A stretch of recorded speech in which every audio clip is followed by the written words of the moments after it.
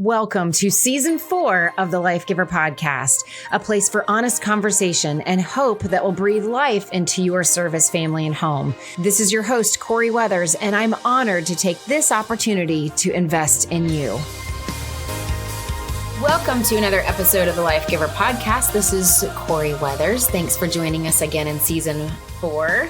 I have Matt with me again. We are just lucking out with having you available. You haven't been available for a really long time. I'm just trying to score points with you, basically. I'm just You're doing a good job. Really just trying to add up just in case I go into, I need to, take away from those points at some point. No, I appreciate it. Yeah. Now, we have like interesting discussions sometimes, and then we kind of look at each other and say, we should do a podcast on that and invite people into the conversation a little bit. Let's be clear. We have interesting discussions, and then you say, we should do a podcast. And I go, come on. You were the one that last time said, when I had my nervous breakdown, that you should do a podcast on that. Yeah, because I really like getting you on tape whenever you're like frustrated or angry, because it amuses me. Well, and then videos go viral, like the TRICARE video. That happens. It happens. So welcome, everybody, to Inside Discussions with Matt and Corey. Is that like Inside Edition? Inside Edition. Are we going to? The Weathers team. Yeah. We're going to expose something today. Inside Edition. No exposing of anything. We should start over. Nope. We're going to roll. This is not B-level footage. This is A-level footage. A-level footage. Well, yep. You're in school right now, and school is about to ramp up, so I don't expect to have you available as much as you have been lately. But I'm always thankful to invite you into the conversation a little bit. And, a lot of people like to hear from you because I think it shares the soldier perspectives, the husband's perspective. And I think people just hear a little bit of their own marriages, as we talk through things. And so we are going to talk a little bit today about the topic of family readiness. And it's really hard to describe or title what this conversation really is, but it's basically this idea of family readiness and how important it is, how crucial the family is to supporting the service member. We hear from the military a lot, the DoD, that the family supporting the service member is a huge component to mission effectiveness and being able for them to set their sights on the mission and be successful at that. And it's been a conversation that we've had this past week about what does that mean for family members to be supportive of their serving spouse? And I think this applies to first responders as well. But what does that actually mean? And how do we have a conversation about that? And how do we maybe communicate a little bit better about what family readiness actually is? And so it's going to be kind of just a conversation on that. I did a Facebook Live on it and kind of started the conversation a little bit, but I think that it'd be really good to hear your perspective on it as well. Okay. Well, who'd you start the conversation with? Who did I start the conversation with? Facebook. With Facebook. The Facebook world. No, I think, this is why this has come up, because as I study the military culture, what I'm seeing and hearing from a lot of families is that we've been in some kind of global conflict, or if you want to call it war, for going on 18 years now. And you and I talked over the weekend when we really thought that through. You're talking about families who have been in for a couple years and families that have been in for 18 years. That's all we've known has been just intense tempos and deployments and trainings. We've never known peacetime. Right. And that impacts families. It impacts marriages. It impacts your parenting. And so what I'm seeing from a lot of families is just a fatigue that's setting in. Mm-hmm. So when we have the military that says, family readiness is important and support your soldier and make sure that, you've got the whole, you hold down the home front kind of thing, and that affects their mission mindedness. Right. I think we're seeing some rising up internally in families about what it means when they're told, get ready to support your soldier. And so I think that's kind of what the conversation is about. Well, let me ask you, when you get told that, like if we've moved around a lot, and every time we go to a new unit, especially early on, there were a lot of briefings where a commander or someone would stand up there and really try and paint the picture of what's needed from the family and what's coming down the pipe. I remember specifically there was a meeting where, all the little tents were on the calendar after a deployment, and everybody was looking at that calendar going, holy cow, we just turned and burned and we're going back to the field. And we've been at that op tempo for the entirety of our being in the military, as well as other people have been at that op tempo since, I mean, if you think about it, in 2 years, people will be retiring who have spent their entire career at war. And that's significant. I mean, the USMA class, the Air Force Academy, the West Point, the Naval Academy, the ones that graduated in 2001,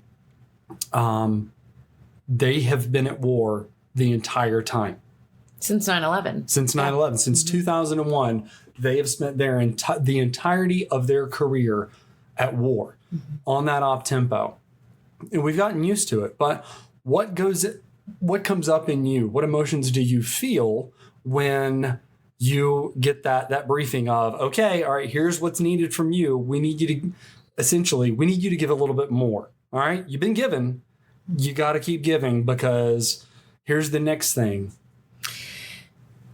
I think it's changed the longer that we've been in. Initially, I think it was a feeling of excitement. Of being a part of something bigger than yourself. And if it meant that I could support you to go do something that we both felt really passionate about and had a calling to do as a couple, but you going on behalf of our family or whatever, I think that was exciting initially. And I think we were really creative with it, really creative with care packages and, so much going into that support. But I think that now that we've been in for 12, 13 years now, and that continues to be the message, I think what comes up in me and what I noticed came up in other spouses was, yes, that's what you're asking is not wrong. It's not bad. It's a good thing that you're asking. Yeah. But if I were to be completely honest, it is how much more can I give? Right. It is how flexible do we need to continue to be? And if I were super honest, based off of what I'm also hearing from other spouses, is this resentment kind of follows after that. That is, hey, wait a minute. We have been flexible. We have been giving, we have been responding to the needs of the military for a long time. At what point does the family get taken care of? Right. That's a good question. And this honest conversation needs to happen. In the military, we talk a lot about leadership, and two components of leadership really are your intelligence quotient and your emotional quotient. And one aspect of the emotional quotient is the first thing you have to do is you have to be able to identify the feeling that's going on inside you. You've got to get honest with it. You've got to get real with it in order to deal with it and figure out how am I going to express that, what's a good part of it and what's a bad part of it. So having the conversation is not only necessary, but it's good, and it leads to us having a higher emotional quotient in all of this so that we can become better parents, better spouses, better supporting one another, better service members, better all around. Because if we don't have the conversation and get honest with the real feelings with one another, those things will leak out over time. And it'll leak out in places where it is safest to leak out. And unfortunately, I think that is in the marriage or with the kids, because you can take it out on your spouse and your kids. I'm not saying you can or you should, but you feel like you can get away with taking it out on your spouse and your kids and not take it out on friends. And not take it out on friends, not take it out on somebody in the unit. But you got to get real and honest with it and allow that pain to be there, because there's pain on both ends. Because from the service member's perspective, we feel the pain of that our calling, that our vocation. For some people, it's just a job, but for most of us, it's a vocation. It speaks to who we are. It's a calling. It's not just a service. It's almost a compulsion. It's like there's something in you that says, I couldn't do anything other than this. You feel pulled towards the job, but you also recognize that the aspects of it that are there, that are real, that you see what it's doing to your family, and it kind of tears you apart inside. So what I hear you saying on your end is there is resentment, and there is frustration, and there's tiredness. And on my end, there's all those feelings and emotions as well. And if couples aren't real and honest with it, they can't better support one another. They can't better see one another. And they kind of move into these, what I think, these little isolated enclaves in and of themselves. Nobody's going to take care of me, so I'll just take care of myself. And they become this kind of little self-serving, egocentric little person before they actually kind of sit in the pocket of the negativity, deal with it honestly before they can go, okay, now what? So if we just get honest with the negativity, that's one thing. But if you get sucked into it and you sit in the pocket of it, that's a whole nother thing. Mm-hmm. It's one thing to have a bad day, a bad week, but you can't have, a bad month, a bad year. You can't let this become poison in the well. And I believe also, and last thing you can kind of fill in, once we're honest with it, we can better develop community. Mm-hmm. Once we can take off the masks, we can actually deal with one another and go, this is hard, this is difficult. But the beauty is that the community, when it's working as it should, will remind you that you don't have to do it alone. Mm-hmm. And perhaps going through the difficulty in community is the most beautiful aspect of all of this. But if you're not honest with the community about the negativity that's going on inside, right, then you can't go to your neighbor. You can't go to the person next door, the officer, the NCO next door, and sit down and close the door and go, this is hard. Mm-hmm. And I'm having to gut this out. And I think that is the sweet spot that, at least I'll say for the service member, if you sit in this sweet spot of this is hard and difficult and it's taking everything, you make the connections that make serving just a jewel. Mm-hmm. It's priceless. It's that camaraderie. It's the brotherhood and sisterhood. It's the family that you go, we use the phrase, embrace the suck. But when you embrace the suck together, then you can kind of laugh through it, because you realize I don't know of a life path out there that's actually easy. Yeah. This is just our life path, and it is asking a lot from us. And we have to, resiliency, hunt the good stuff and remind ourselves that in the midst of this suck, there are some, to quote, what is it? There's a band out there. It said, you won't believe the most beautiful things that come from terrible lies. And it reminds me, you won't you wouldn't believe the most beautiful things that can come from terrible times together. So I don't know. That was a lot to throw at you. No. And I think it's a good vision casting of where the conversation needs to go. I think in this episode, but also past this episode for families to consider. And I think if we're going to be, I'm going to be like super honest. Super honest of what I think that. Is that like a 360 where it comes back around? Like it's so honest, it goes around the globe and it comes back to kind of dishonest? No. All right. No, but I think it's not necessarily something that I personally feel, but I feel like I feel it from other family members. Right.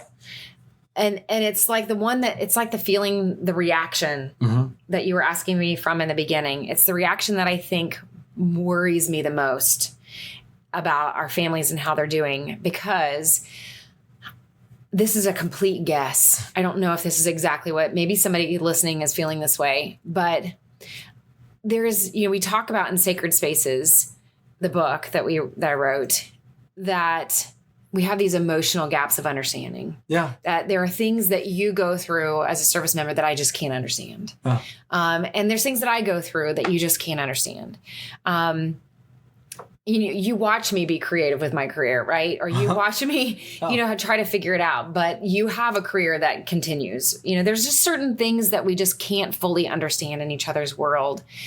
And I think that the longer that we're in the military, the longer that families are in, the more separate they become. Yeah. And it does become just the job that their service member goes and does the job, and the spouse is either at home or managing home or trying to work or figure it out. Right.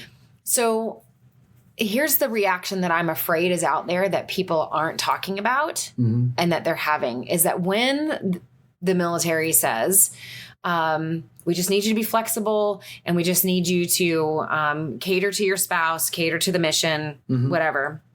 The reaction that I'm concerned about is that I think that spouses sometimes in their heart go, well, I have to do it without help. Yeah. Like I have to figure it out. and nobody's revolving around me to, I have to figure out managing the job and the education and the kids and the groceries and the whatever, and I just have to manage. Yeah. I just have to figure it out whether or not there's room for me or not. Right. Mm-hmm. But then when the military over and over again is make a way for the service member to be able to do what they need to do so that they can stay focused. I feel like I can feel the energy in the room that the spouses are going, but I do it without having a way to focus. Like I have to multitask. And if I really dive into that a little bit and think about, well, where would that come from? It comes from a misunderstanding. It comes from we get so used to the job being what it is that we don't understand and see the mission. We don't see what's happening in deployment. We've been told and we guess and we know that for a lot of especially our infantrymen, the people that are on the front lines of things, especially, that mission mindedness keeps people safe and keeps people alive. And that is absolutely crucial, right? Everybody wants their service member to come home safe. Mm-hmm. And so nobody says anything. Everybody kind of just quietens their spirit and pushes things down and goes, well, of course that trumps everything else. Yeah. But not everybody is necessarily doing a frontline job. And especially if your spouse is not deployed, then I think I see a lot of families that lose sight of the mission. Does that make sense? It makes sense. And I mean, the first thing that comes up in me is I would say it's not the military's job, and it should not be the job. I do not expect the military to be the one that casts vision for my family. Mm-hmm. I do not expect the military to be the one that has to tell my spouse and my children what it is that I do.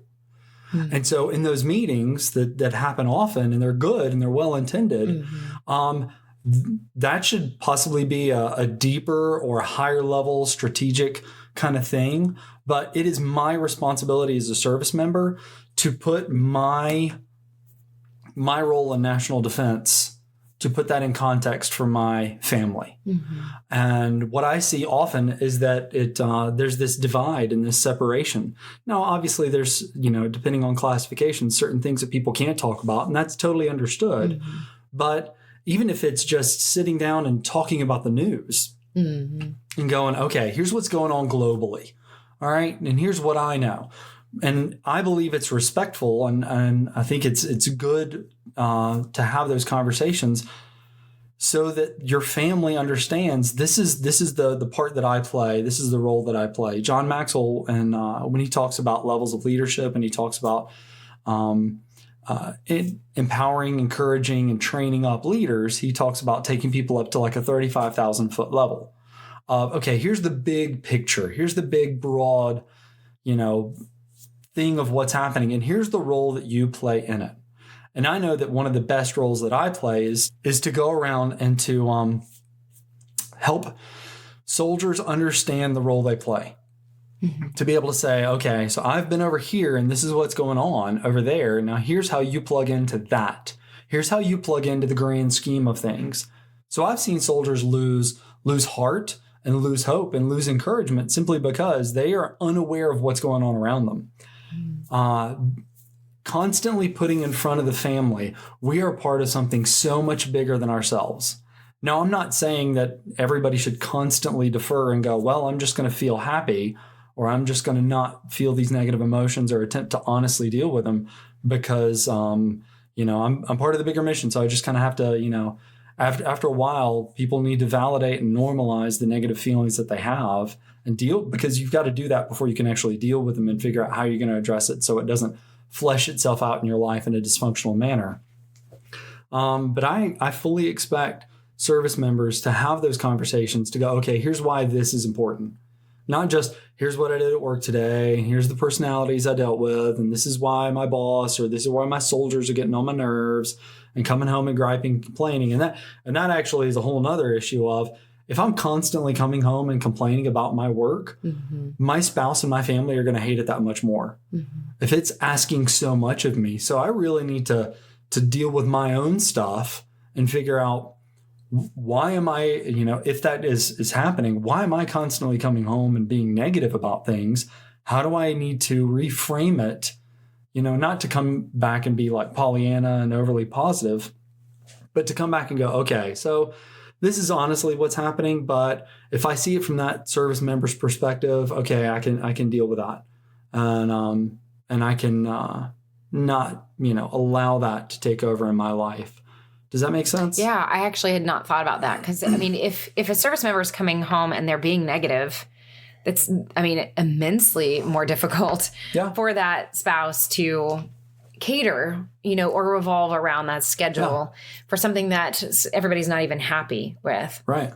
And I'd like to go back to what you said in the beginning where you talked about this can become a poison. Oh, yeah. And it can be something, the negativity on both sides, for sure, can become, it's almost like a cancer.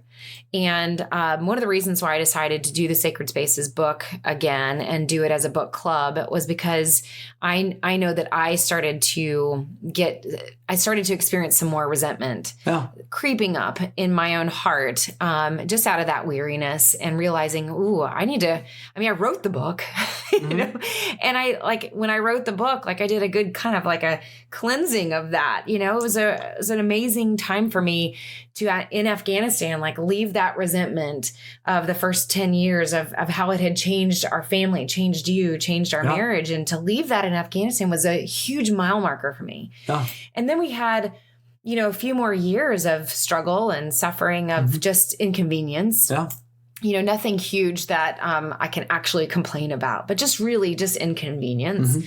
And just that fatigue setting in of moving more often. And I started to notice my own negativity and my own frustration and getting to that place that I've also seen other families get to where it's just, hey, I know that the military, has great family programming and has great intentions and really does care about their families. But I'm starting to question that just a little bit with my own sanity, you know? And realizing that some of that resentment was starting to creep up myself. And that's why I was like, I got to take a look at this again because I don't want it to grow like a cancer. Right. And we covered, even in that last episode or so when we talked about the PCS. And that was a little bit part of my little breakdown there because I was just tired. Yeah. I was just tired. Yeah.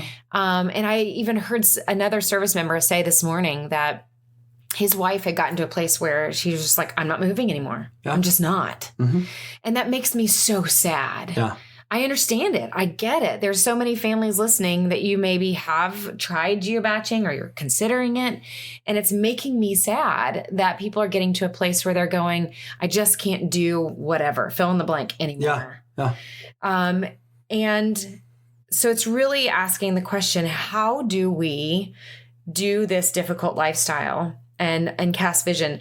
I feel like something in me changed and turned a corner this past, I think, weekend even. Okay. Something shifted in me. And I came to you once, and I'll probably come back to you several more times, but I came to you and I just said, I'm sorry. My heart has really not been in a good place lately. And you've never pointed it out to me. You never challenged me on it. You never asked me to change. You've been extremely patient with me as I've been kind of just complaining and frustrated. And a lot of times you even echoed some of that frustration and joined me in it a little bit and sat in that pocket with me. And I want to thank you for being patient with me throughout that process. I don't think you can force anybody to go through a process quickly. Otherwise it becomes coming out on the other side is really artificial. That's true. All you can do is walk with them through it and allow them to process it. Everybody has to own their own. You're totally loving that I'm finally saying this after 20 years of marriage. Everybody has to own their own feelings. Nobody can, nobody can manage one another's feelings. You can't do that. You got to validate what that person's experiencing. And, I'm reminded of the quote from Tombstone when Wyatt Earp at the end of the movie, he's talking to, that woman, I forgot her name, but she goes, what do you want, Wyatt? And she's just kind of exasperated. And he goes, I just want to have a normal life, because he's never been allowed to have a normal life simply because of his talent and his gift and his ability and really kind of the calling on his life. And he says, I just want to have a normal life. And she goes, there's no normal, Wyatt. There's just life. And I think we all, I don't know when we get to that point, where we stop looking around and go, that must be what a normal life looks like. You drive past a home where it looks like there's a swing that looks like it's been in that tree for 30 years. And you're like, there it is, right? That's what I've wanted my entire life.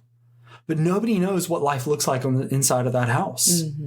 Nobody knows what they're going through. Nobody knows maybe the incredible lack of adventure or the severe boredom or feeling locked into a group of friends that aren't the best, aren't really encouraging, and aren't really moving forward. And after 40 years, you're like, okay, I really grew roots in the wrong soil. What did I do with my life? Now, we don't have that. We have to constantly reevaluate every 18 to 24 months if you get that. But that can be kind of a joy where you go, okay, you've said before, when I move to this next location, completely reinvent myself. One of the things that is a gift that we don't look at is the ability to reinvent oneself. The mistakes that I made at the last place, I don't have to make it this one. Oh, and by the way, I don't have to work so hard at this place to try and overcome those mistakes because I'm a different person to them. And I can go in there with a whole new slate. And in a real way, we can advance and evolve and move forward faster in 20 years than many people can in an entire lifetime. And we may not have to live with some mistakes we have to live with, but the other little tiny ones you don't have to. So it really is, when we think about this critically, it's about how do we reframe the problem? Because the problem is there. The problem is I constantly have to readjust everything in my family every 2 to 3 years. 3 year, man, if you get 3 years, woo! Man, some of you guys out there have been in one place for like 7, 8. First responders may not have moved in a long time. But here's the thing. But that's a whole other level of struggle. I've also known people that have been locked into the same unit for 3 deployments. And at the end of that, they're like, they feel stuck. They feel stagnant. Maybe they feel their career is stagnant. Or they can't be viewed as anything other than who they were as a junior soldier or junior NCO or junior officer, whatever. And after a while, that gets old. And it is that grass is greener on the other side of the fence thing. And so what we want to acknowledge is, okay, I own this grass. This is what's given to me in life, or this is what we've chosen. Okay. What am I going to do about it? How am I going to reframe this? How am I going to get something good out of this? I think one of the things that changed in me, well, first of all, I'm one of the optimists in the family, so I can't stay down for very long. Right. One of two. One of two. We're half and half in this house. Right. Jack and I will bring you back down to reality. So I think that was part of my turning a corner, was that I couldn't stay negative for very long before I was like, enough is enough. Right. Like, I just can't live here. I can't camp out in this negativity. And I know not everybody out there is that way. So I think that was part of it for me. But I think I got to a place where I was done being a victim. Yeah. It wasn't working. No. And nobody is coming to the rescue in this lifestyle. No, because everybody else is going through the same thing too. So really it comes down to, wait a minute. I could either sit here and flounder around and flat my arms against the surface of this water and ask for somebody to come rescue me. Or I can acknowledge that I can become a good swimmer, get in a lifeboat, and then go try and rescue other people. Right. And I think that's what happened in like in a series of events. It was a first okay, I can't be negative anymore. I'm not happy, and I'm the only one that has control over that. That was step 1. Step 2 was, okay, I can't be a victim because I'm looking around and I'm feeling the victimization that is all around me. It's not just me, but I was actually sitting in an auditorium and feeling the energy of the room just go to this victim place. And knowing also from the surveys that I've done that, there are a lot of military spouses, especially, that are feeling that way. And so I just had to ask myself, what now? Like if we feel victimized, what now? What's next? Because I'm not going to just sit around and then come back to the next meeting only to feel victimized again. Right. I think going back to leaders asking families to be mindful of their service member, be mindful of the mission, and, specifically where we are right now with school and the intensity of school, it was being asked to be fluid. And I think the common reaction with the spouses were, how much more fluid can we be? Yeah. That was kind of the first reaction. It had to go then to a place of grace. Right. Where I then had to go, what they're asking is a good thing. What they're asking is understandable. Yeah. Nobody's doing anything wrong here. Nobody's asking for anything that's unfair. So it then comes down to, I'm not a victim. I need to extend you grace, not just you, Matt, but extend the leaders grace, right, that they are doing the best that they can to make sure that you succeed, make sure that those units succeed, that platoon succeeds, or whoever else the mission succeeds. Yeah. And it's their job to think about what makes the mission succeed and ask for it or make a way for it. And so I need to be able to extend grace, that if part of making things succeed, the mission succeed, comes down to my support, then it's not wrong for them to ask that. And I need to extend grace when they don't ask for it perfectly. Yeah. And I mean, a huge thing that just occurred to me is, this sounds bad, but I don't want to say this sounds like, these are first world problems. What we're really honestly dealing with are upper echelon, top tier first world problems. Right.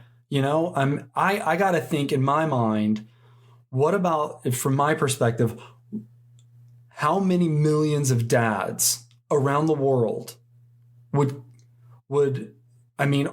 literally probably just kind of killing themselves to provide for their family? How many are any chance, any opportunity, 2-3 jobs just to provide food, an opportunity to get a good education, even in just a school, maybe not even a college. To be able to clothe kids, because that's really the goal of every parent, is I want my children to have it better than I did.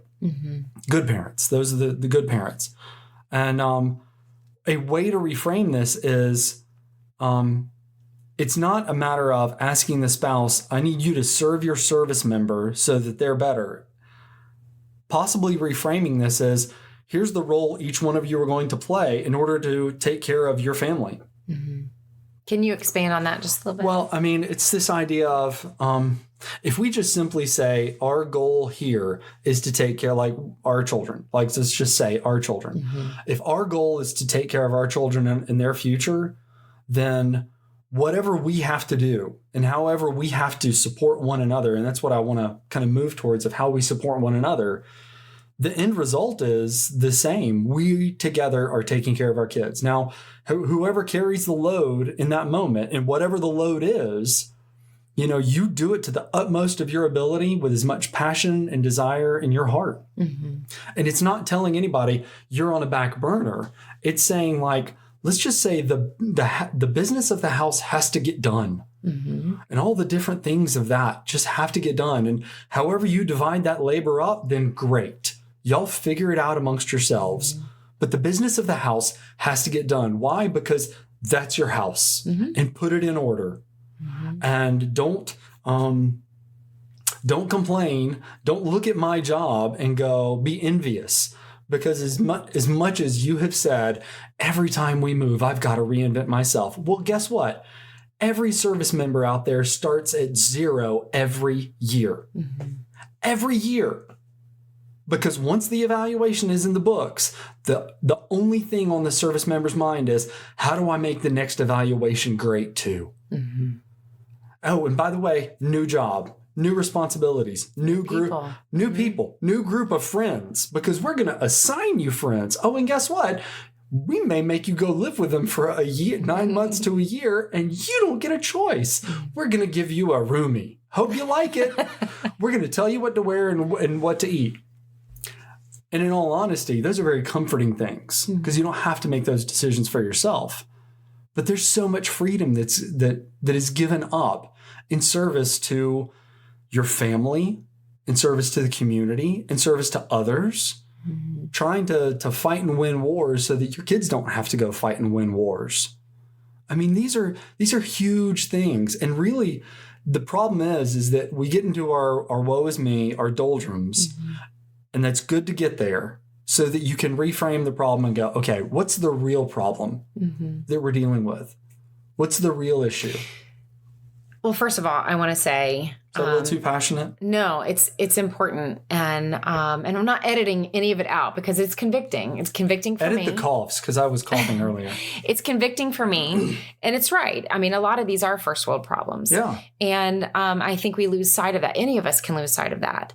And I think that for me, I had to cast new vision for myself and ask myself, if this is our lifestyle and if I don't want to be a victim, then I've got to decide, what am I going to do instead? Yeah, how do I shift the trajectory here and get excited about this again? I think that's what shifted in me over the weekend is I needed, and part of this I think was the PCS and the energy and getting the kids settled and everything took a lot of energy. And so I had to find my energy again. Yeah. And it's PCS season. Yeah. And so I think there's a lot of people that we have to give grace during certain seasons, during certain changes. And I think that was part of my turning that corner. Yeah. But you're right. It is first world problems and there is suffering no matter where we go and no matter what lifestyle we have. I was thinking it'd be nice if we had these little energy meters that were sitting out on the front lawn where people could just go, oh, that person is high on energy and I'm low. So I'm going to go visit them and get a little bit of energy. You know, you've got to be graceful with yourself when you don't have energy. If you try and fake it, you'll become resentful. You'll become more resentful faster. And that resentment will actually fester. You've got to leave the wound open so that it heals from the inside out. And so to clarify, because if people have been listening to me on Facebook or listening in a previous episode, I want to clarify that I have said a couple times that when we are stepping out in confidence to take a risk and try something new, even if we don't feel like we have the full confidence to do it, you can fake it till you make it. And that's not what we're talking about here. What we're talking about is more so you can take steps forward, but you still have to be authentic and transparent and deal with what's actually going on. Yeah. I said earlier today in a Facebook Live that if we don't pay attention to what we're feeling about something and deal with it and just put a mask on and just ignore it, we will be a shell of a person. Oh, it's down the road. So, in introducing that concept, which is very vulnerable, it's a place of vulnerability, is we're comfortable with it because we can live in it and we know that it's a place of creativity, it's a birthplace of connection, that authenticity that really gets us to community much faster. And that selfless community that really is like a hallmark of this community. You can't do this life inauthentically. You can't do it well. That doesn't mean that if you're constantly negative, then you should authentically go be negative. You should authentically find out why you're negative all the time. It has more to do with wrong expectations and unmet wrong expectations than it does with really anything. Really, you're just kind of displacing blame onto something else. And, So I hear that and here we really need to consistently do a check on what our expectations are. Yeah, and whether or not the military can meet those expectations, whether or not our family members can meet that expectation, whether our friends can meet those expectations. Yeah. And I think I also want to point out here that I had to realize that my negativity ultimately impacted you. Yeah. And that was something that I had to take a really big look at. And so when you talk about things being this negativity being a first world problem, and when you talk about even the service member's perspective, that you say this to me all the time, not in correcting me necessarily, but just educating me and helping me see your world and helping me see the inside world of a lot of our men specifically and what it's like to have this kind of job and carry this kind of weight, which we need to hear a lot more of. I even heard it from a leader this morning, actually sharing the burden it is to ask family members to uproot every single time they get promoted or go to the next job or the next assignment, and the burden that places on you guys as service members. And so many service members don't talk about that. You just share with it. But I just want to say, I had to realize that in my negativity, I was impacting not only your view of your job, your view of your calling, your happiness in your calling, and making that burden worse.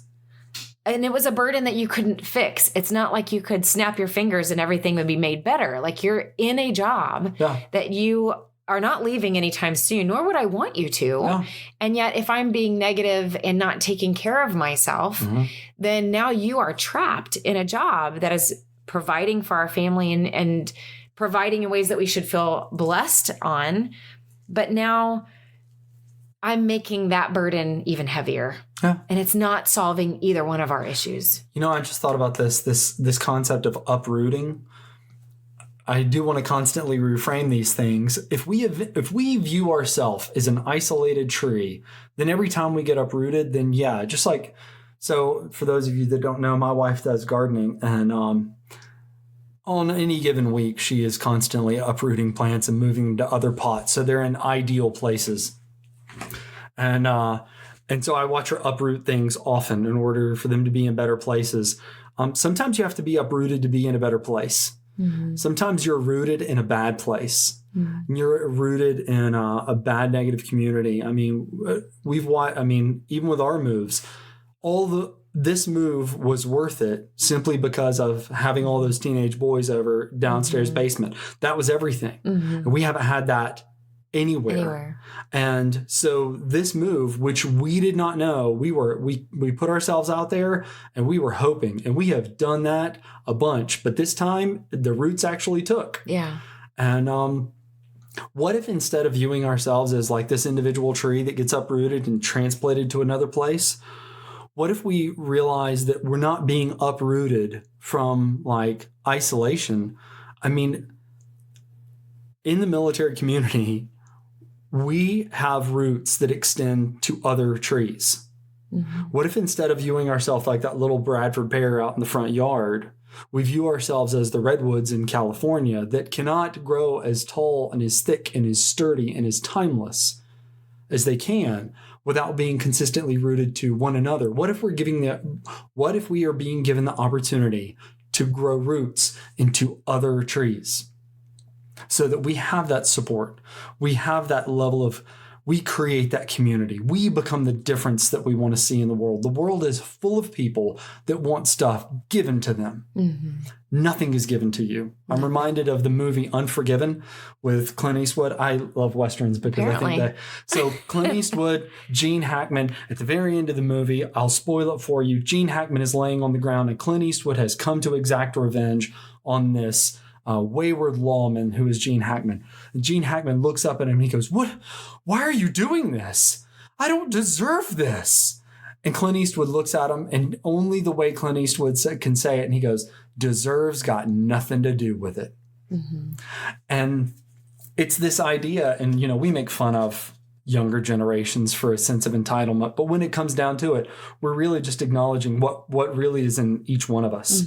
And I'll, for a second, I want to go into a biblical story. Can I do that? Absolutely. So there's a guy who's a warrior king, and his name's David. And I'm going to tell you about two instances in David's life. The first one, he's on the run, and he is actually hanging out in a cave, and he is surrounded by his mighty men. And they go into this huge description about mighty men. But I mean, you were talking about the baddest of the baddest of the baddest. I mean, people that are killing like tens of thousands of people just with their bare hands. I mean, just the baddest, best people ever, like the toughest warriors. And David, just off the hand, says, you know what, if I could just get a drink of water from home, because he's on the run. He is deployed in his strange world, in a strange place. And David said, if I could just get a drink of water from home. And his mighty men who love him so much, they actually sneak out of the cave. They sneak through enemy lines, sneak into the his palace into his separate sacred little well in there, get him a cup of water, and then sneak that cup of water all the way home. And you think about everything they had to do in order to get that out of their love for him. They get there and he sees their love for him. And in response, he actually pours the water out on the ground. And he said, "Far be it from me to drink this water. It would be as if I was drinking the blood of my own men." To say this, if I allow myself to enjoy this, quote, entitlement they think I'm entitled to, it would be as if I would have been okay for them to die while they were on this mission. And they are more important to me than the water. And he can say that because he's in a bad place. And when you're in a bad place and you're in the suck, it's easy to deny yourself stuff. Mm-hmm. But when you allow yourself to get surrounded by comfort and the ease and those kind of things, you start to feel like, okay, this is comfortable. All right, I feel entitled to this. Okay, maybe I'll improve this a little bit here and improve that. Maybe I need more better things around. Maybe this is what I deserve. Because later on in David's life, it says he was sitting at home at the time when kings go out to war, which is an indication of that's where David should have been. David should have left home. David should not have been sitting in a palace with the silk and the fine feasting and everything.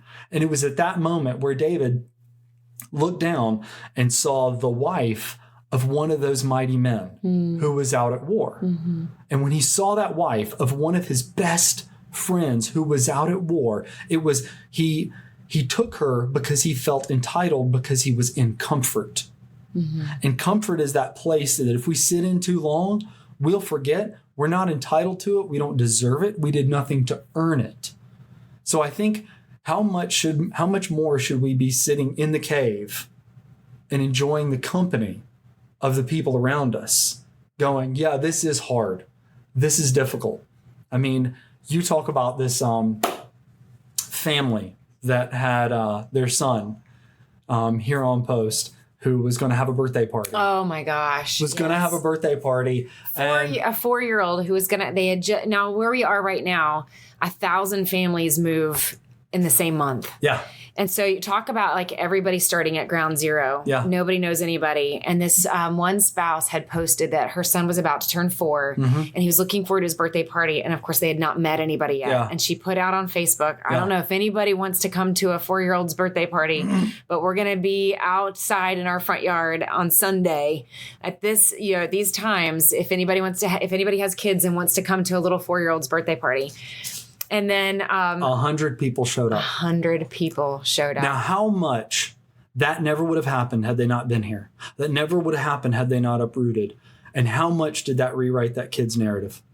More than that, even if he never remembers that. Oh, he'll remember. I'm thinking about that family. Yeah. I mean, to me, that is church. Yeah. That is what love is about. That is what community is about. Yeah. And you know what? That was, I don't know if that was yesterday or this morning that I read that, but that was also part of my transition. I think it was another part of my turning the corner to go, things aren't that bad. Yeah, they're not. Things have not been that bad. It's just been a rough season and I've been tired and I need to remember that the next time things change. I need to remember that the next time things get difficult and I have that entitlement that comes up. And that if it is something that I actually need help with, I need to ask for it. I need to learn how to ask for it in the right way and not store that up in my heart. Yeah. Or allow it to leak out through negativity. You can't sit inside in resentment, expecting people to know what's going on inside you. Nobody can read minds. Right. And so I think that story of realizing there is no other place I would rather be than part of this community. Mm-hmm. I think the perspective that you have walking into every day, you can't make every day great. It's just not going to happen. There are going to be bad days out there that you're just going to have to gut out. But the perspective that you walk into each day with will often dictate what you see in that day.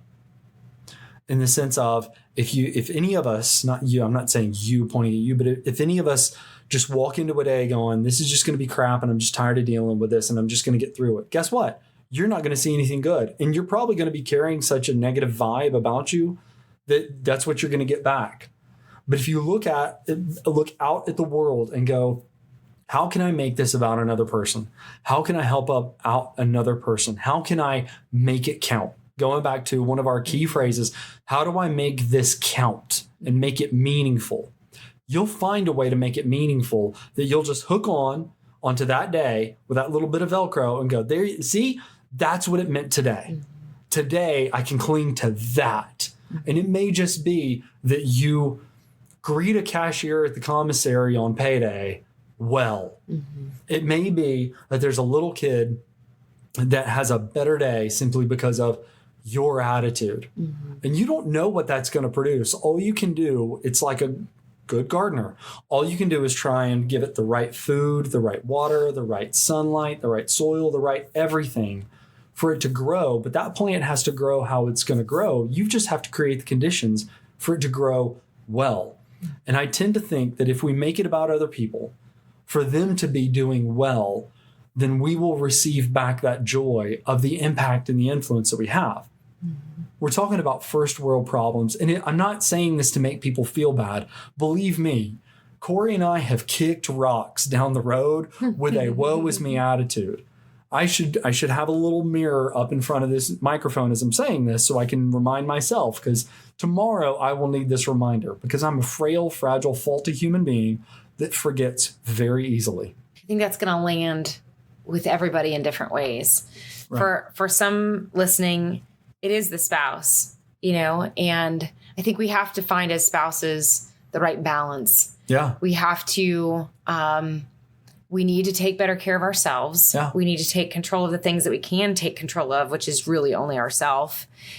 We need to balance that with community. Yeah. That we don't need to become an island. We need to go out there and, like you said, make that community and making sure that we're investing outside of our homes.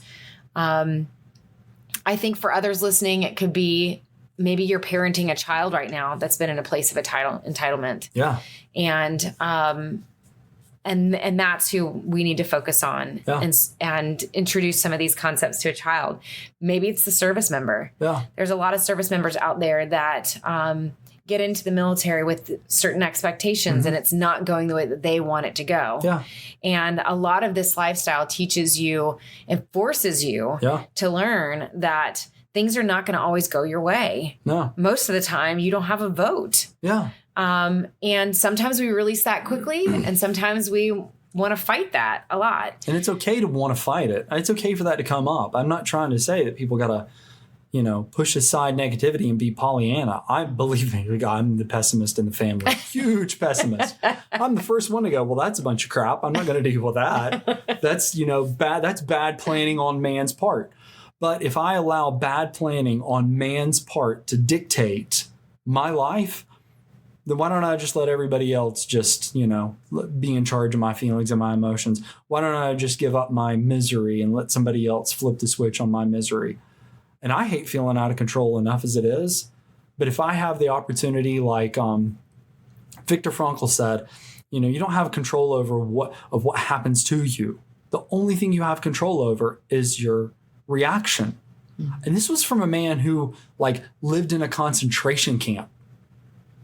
And when I put that in perspective, we talk about moving.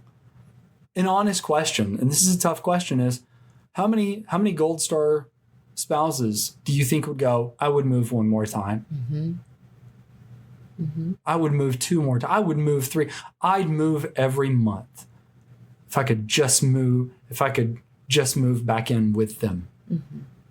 I think to bring this back full circle on family readiness, what do you feel like the military is actually trying to say? I mean, you're as ready as you can be, but kind of implied there is that you're going to be ready for whatever the next thing is. And 2 decades of war have proven we're reinventing being ready at every point, at every turn. Mm-hmm. Okay. So it's like hide and go seek, 9, 10, ready or not, here I come. That's the future. Ready or not, here I come. Okay. So I don't know how long the count is. I just hope that I've got a good hiding spot. But you should not go into strategic wargaming. Yeah. Ready? No. All right. I threw a 20. My secret mage has disaster. Yes. I attack with full force of ice sprinkles. I don't know. You know what? I think leaders love soldiers. Mm-hmm. The longer I'm in, the more I realize that in my heart. You just love them, and you want them to be well taken care of. You knew what it was like back when you were at that level, and you want, you're caught between the tension of what we have to do and what we want to do. And, you know, what we have to do is always more than what we feel like we can do, but we're always up to the challenge, always up to try and meeting mission and to make it happen. And soldiers and leaders love just making it happen, however they make it happen. It may be with 90-mile-an-hour tape and, you know, some Copenhagen, but we're going to make it happen. And so what I think is trying to be communicated is you're needed. You're valued. And maybe it doesn't get communicated well. But you notice they're not saying, y'all just go do whatever, you know, because it doesn't matter. Mm-hmm. Okay? Whether you're here or you're not, we're going to make mission happen.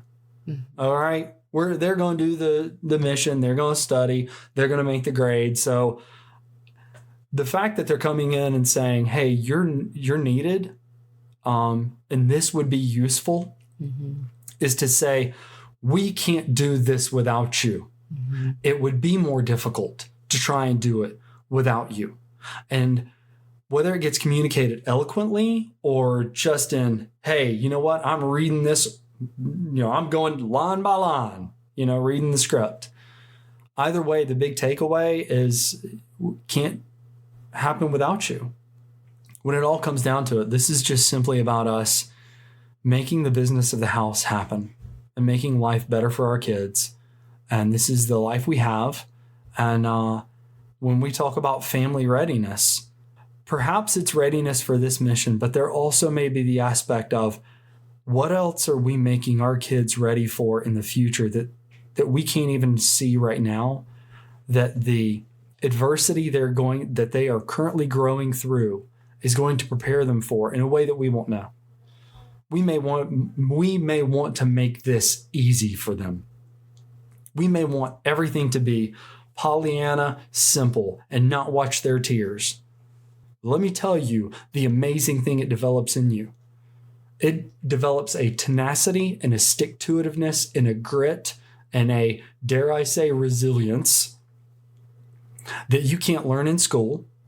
You can't be taught by anything else, by anyone else other than difficulty and adversity. And so perhaps the school of hard knocks, which is the best school to go through, perhaps that's training our children up for something that we can't even foresee right now.